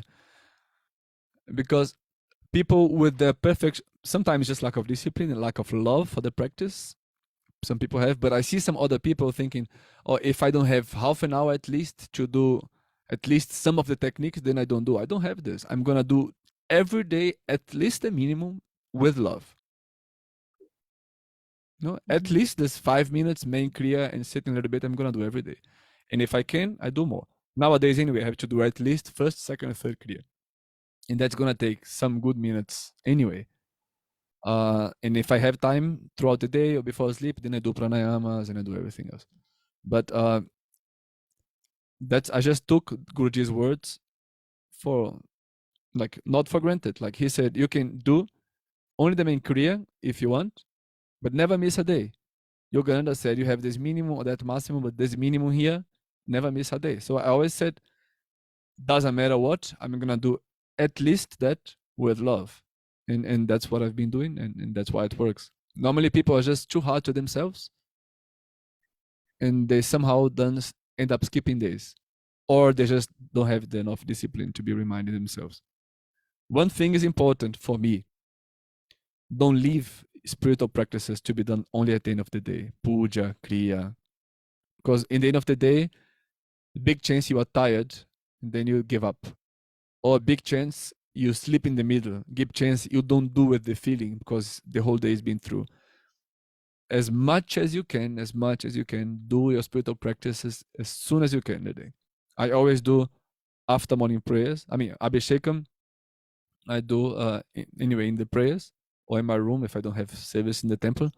And Kriya, either straight after prayers or on the altar when I'm waiting for like 10-15 minutes for the curtain to open. So every day, as soon as I can, before Seva. If for some reason it didn't work out in the morning, lunchtime, I'm gonna sit and do my Kriya when there's the break of the Seva, or even if the Seva allows, I go out for a break, 10-15 minutes, 20 minutes, and do my Kriya. But for me, it's very important to has a priority in the beginning of the day. Then I also feel that the day is blessed. There's a different energy in the day. Very different. My mind is different. I feel Guruji with me in a different way. Everything works out better when I do my practices. So that's, yeah. I think you have to love it, what you do. And if you love what you do, it's easy. But also, if for some reason you have to do the minimum, don't feel bad about doing the minimum. Guruji said it's okay. You know what I mean? Just do it with love. How was it like when it happened? The third Kriya? Yeah. No, Guruji asked, I put my hands up, and that's it. He said, who is...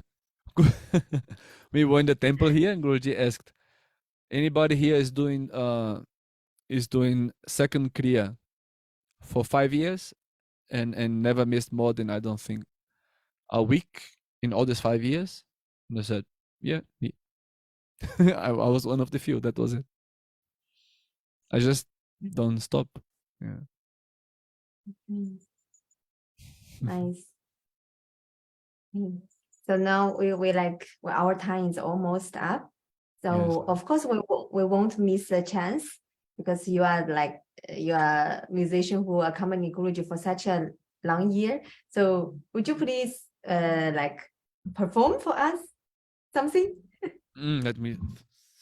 I have to grab that guitar behind there. Yes. Because the guitar Definitely. sounds better in the harmonium across the microphone.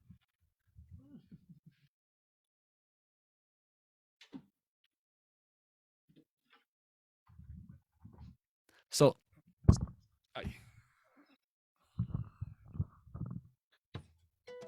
I don't know, do you have some preferences? Yeah, you choose. I choose. Yeah. Anything you feel like to sing now?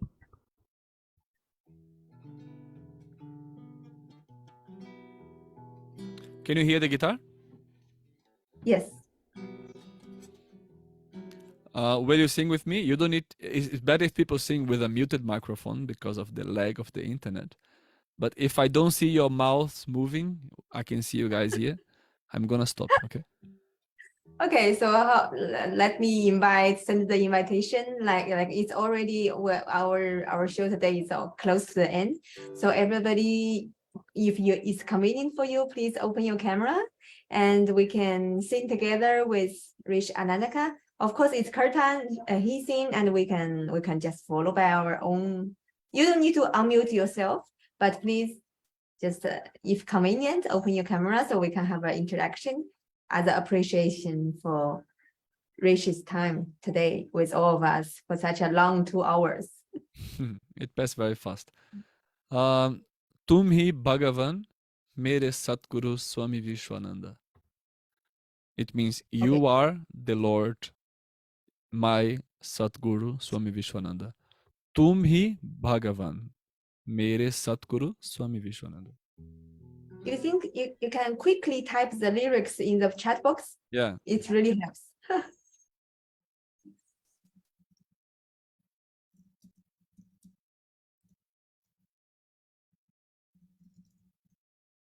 Oh, tum hi, no, sorry, my correction. The Zoom corrector was terrible. It's not to me, it's tum hi. Bhagavan, mere Satguru.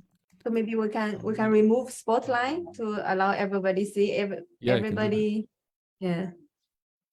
And then there's a second line, Man Mandira Me Guru Deva Premavata, which means come to the temple of my heart. In the temple of my heart.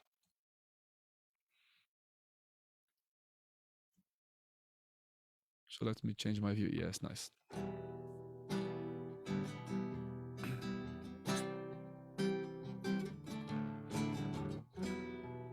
So sing along. Tum hi Bhagavana mere Satguru Swami Vishwananda. Tum hi Bhagavana mere Satguru Swami Vishwananda. Oh, tum hi Bhagavana mere Satguru Swami Vishwananda. mi Bhagavana mere Sadguru Swami Vishwananda. Tum hi Bhagavana mere Sadguru Swami Vishwananda. Tum hi Bhagavana mere Sadguru. Mana Mandira me Guru Deva Premavatar. Mana Mandira me Guru Deva Premavatar. Mana Mandira me Guru Deva Premavatar. Mana Mandira me Guru Deva Premavatar. Bolo tum hi Bhagavana mere Satguru Swami Vishwananda. You have to sing now. Oh, tum hi Bhagavana mere Satguru Swami Vishwananda.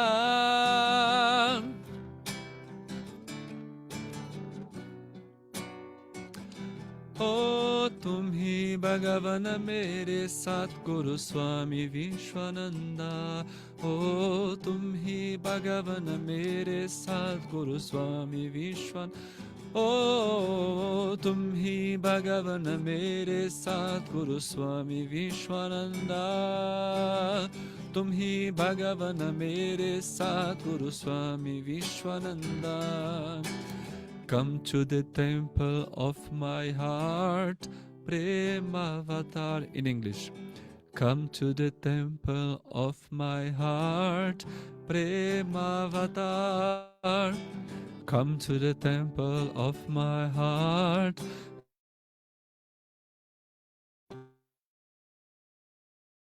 Premavatar. Come to the temple of my heart, Premavatar. Tum hi Bhagavana mere Sadguru Swami Vishwananda. You sing. Oh, tum hi Bhagavana mere Sadguru Swami Vishwananda. Tum hi Bhagavana mere Sadguru Swami Vishwananda. Oh, tum hi Bhagavana mere Sadguru Swami Vishwananda.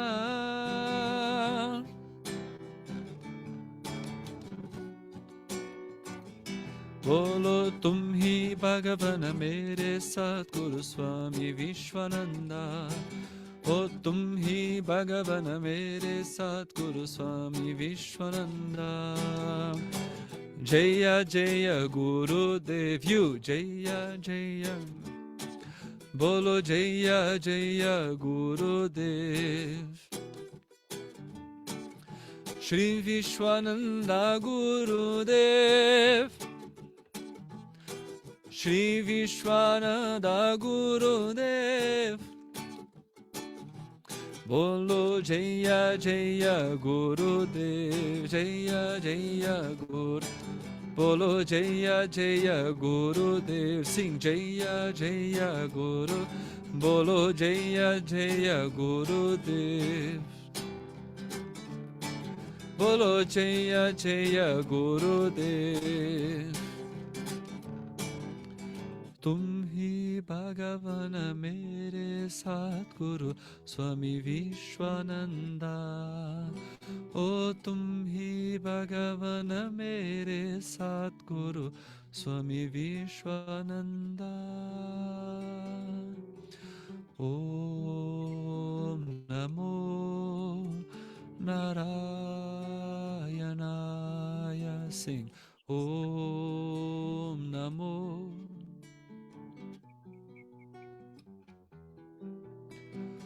Om Namo Narayanaya.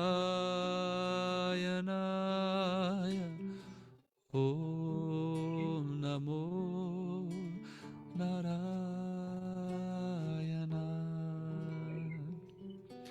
Prem se bolo Satgurudeva Shri Swami Vishwananda Mahaprabhu ki jai. Vaishnava Sangha ki jai. Samasta Bhakta Mandali ki jai. Bhakti Marga China ki jai. I can hear very loud J from outside of the window. Oh, really? It's fun. Yeah. Okay, so thank you very, very much for sharing so many touching stories and also private stories with all of us. So it's time to say goodbye. It's already quite late in China and we know you are super busy. Yeah, I have to go back to studio. Oh, really? So just as last chance to meet each other, like anyone, if you feel like open your video, if you feel like say something, you can, we're gonna unmute all of you so you can accept.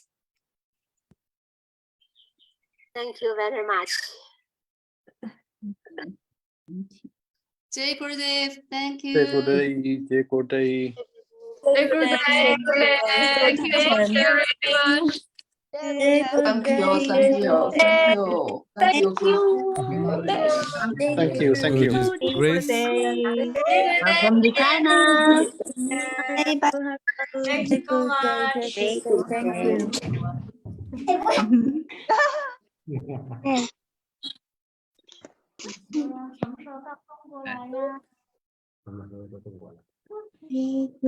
Welcome to China. Okay, hope one day we go there. I'm gonna leave. Thank you everyone so much, and whenever you want again, just send a message. Gurudev. Bye bye. Bye. Bye,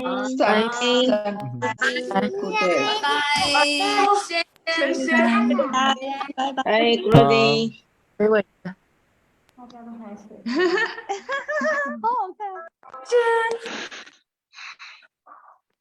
深深。